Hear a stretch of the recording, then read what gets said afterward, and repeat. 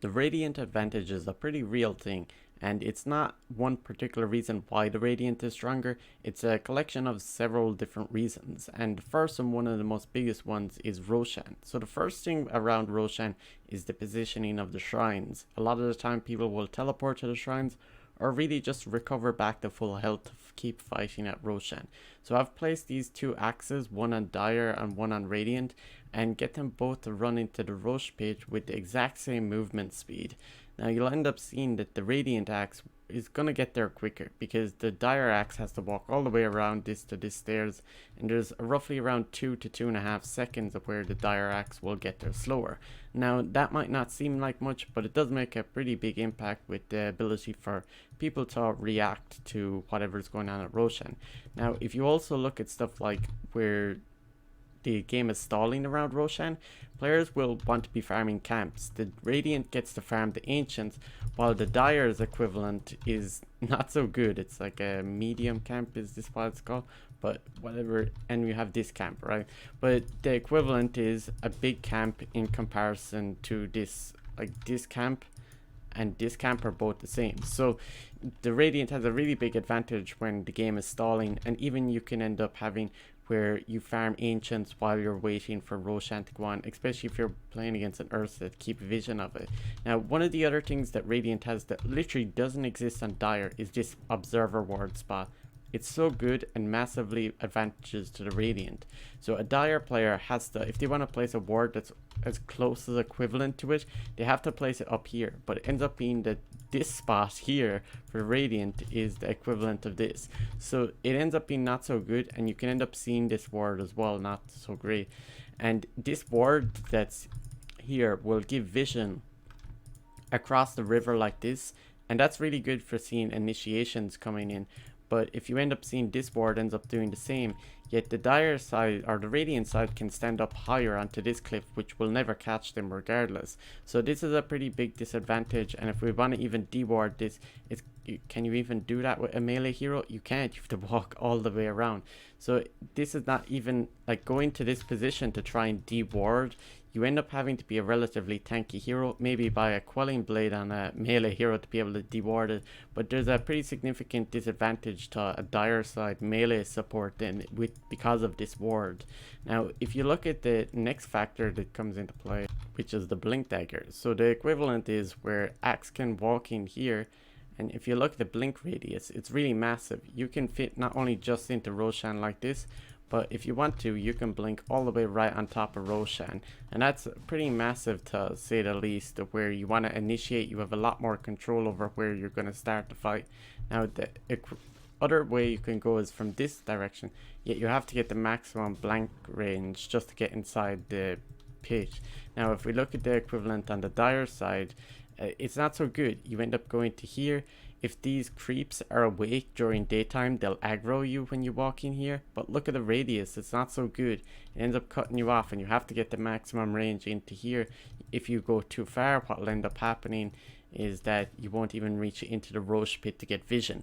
Really bad. And if we decide to go from here, you end up seeing this is even supposed to be the equivalent of over here, which is not so good. Can you just about get into the Roche pit? Yes, you can, but it's very easy to mess that one up. And even if you cut, I've tried it where you just cut down these trees, it still gives you very little advantage when you cut down these trees. So maybe a hero like Batrider might end up being a little bit better on Dire side because of the fact that you can sneak around this point.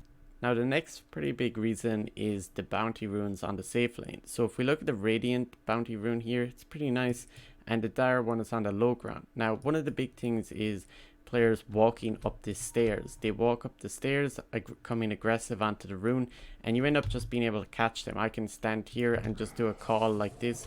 It's really easy to set up any spells, but at nighttime you also can't see across this vision path here. So, but at daytime on the very first rune, and also the 5-minute rune, you'll be able to see across. It turns daytime just right at the 5-minute mark, or like half a second afterwards. So you end up having that this rune ends up being a pretty big disadvantage, because once you walk down onto the low ground, you can't see anything that's going on up here. What commonly people will do is they'll play Undying and throw a tombstone up here. Now you won't be able to end up seeing it, and it ends up being a pretty big disadvantage to go play aggressive. Sometimes they put up the tombstone up here, so it ends up being harder to find and hit it again. And even if you look at other heroes like Slardar, which have got changed recently, he can run through the water now quickly and run to the bounty rune here like much faster. But this doesn't exist at all on the safe lane bounty rune on the Radiant side. The next pretty big reason is the off lane, and the off lane on Radiant is significantly easier for several reasons, and some heroes are a little bit more specific, as I was mentioned with the bounty runes. But you end up seeing here where this tower gives way better vision of what you necessarily wanted to, and this tower doesn't really give a whole lot of vision. But what you can do here is, if you're a real axe player, you'll get an axe and cut down the trees. You can do this with your tangos, but if you eat these 3 trees specifically, you'll now get vision of this area here, which you didn't get previously. So if I regrow the trees, you'll end up seeing that the fog blocks this path. So supports would try and flank you down along here, and they can walk in this way. This also gives the opportunity where they can go walk along this way and go to the bounty rune, which would be more so like the 10-minute bounty rune that they would be going for in this path. However, that ends up being where, with these trees cut, now the supports always have to go this direction if they want to get away from you, like in the fog. And even flanking behind, it's kind of awkward and it's not as easy to do. But if we look at the equivalent of what's happening on Radiant side, it's much easier. You first off can walk in this way and flank behind. You can cut this tree. You can come down the river as a mid hero and just like in this way, and they'll never even see you. It's pretty broken. This might not seem like much to go through here, but you can also cut trees over here. You cut this one tree in particular, now you have the opportunity to flank all the way behind the towers and do whatever you want back here. So it ends up opportunities for this is much better. But you also look at stuff like aggressive boards that supports are doing. This observer board here for a dire offlaner, this is really easy for me to support because, or to deward, because if I want to put a sentry up here, I'm already under my tower. People are not going to dive me here. And if you look at some of the trees that are placed, as I was mentioning earlier with the shrine, this tree even here ends up protecting me more. The trees all around this part of the map are just vastly better for the Radiant in comparison to the Dire. If I want to go and peek in and out of trees to do a last hit, so often what people will do, let's say you're playing against a Clinks, you don't want to get hit. What you end up doing by his attacks, you hide in the shadows like this, and you just come out, do a last hit and run back. However, what the Radiant or the Dire that supports will try and do, they'll try and cut these trees, but see, it ends up taking 3 trees or 3 tangos to break this equivalent. But I still have really good cover here as a Radiant offlaner. Now there's also a bunch of other trees that I can cut that just allow me to get in and out, easy access here again. And there's just too many trees to choose from in comparison to what's there in the Radiant. The trees to do the equivalent, it's just a lot more open. You cut these 2 trees, now it ends up being kind of harder to do everything. It's not just there's just a lot less advantage to the placement of the trees overall. And if you even look at some of the escape paths, look at how straight of a line this is along here. See how easy it is to see the path? This ends up coupling in with another idea, which is that the foliage of the trees on the Radiant side kind of covers up what's happening between the spaces between the trees. So if you look, this is a straight line. It's very easy to see the specific path that you can run down along. This is most advantage to offlaners, and even here you can end up seeing that the path is kind of more predictable and easier to learn off. However, if we end up looking at the Radiant side and looking to play defensive down here, it ends up being kind of harder to see where exactly do I walk. It's not as clear, and it's kind of a weird path. Even when you're walking through it, it's kind of harder to see. So this position in the trees is a really good example of how the foliage can block your interpretation of the space you can move around it. So it looks like there's only one hero can stand in this position. However, if we walk upwards, you can see there's a little bit of space up there, but there's also all this space that's down here that's being covered by the trees. So this ends up being what's happening around here on the Radiant side, but it's not really a great example. You can kind of see it's a little bit open in this area, but the path is not as defined, and the contrast between the color of the ground and the color of the trees makes it a little bit harder to see. So imagine there's a Nature's Prophet that's coming to rat this tier 2 tower, or any hero that's split pushing in general. He'll end up pushing up to the tower, maybe up until here, pushing on his own. What you can end up doing is that you'll teleport to the shrine to like flank behind him essentially, and you come in like this and you can catch him pretty easily. And the fact that the position of the stairs is a big advantage, you get behind him really well. This teleport is really effective. However, on the dire side, the equivalent of this is not so good. So imagine this Nature's Prophet teleports to here and he starts attacking this tower.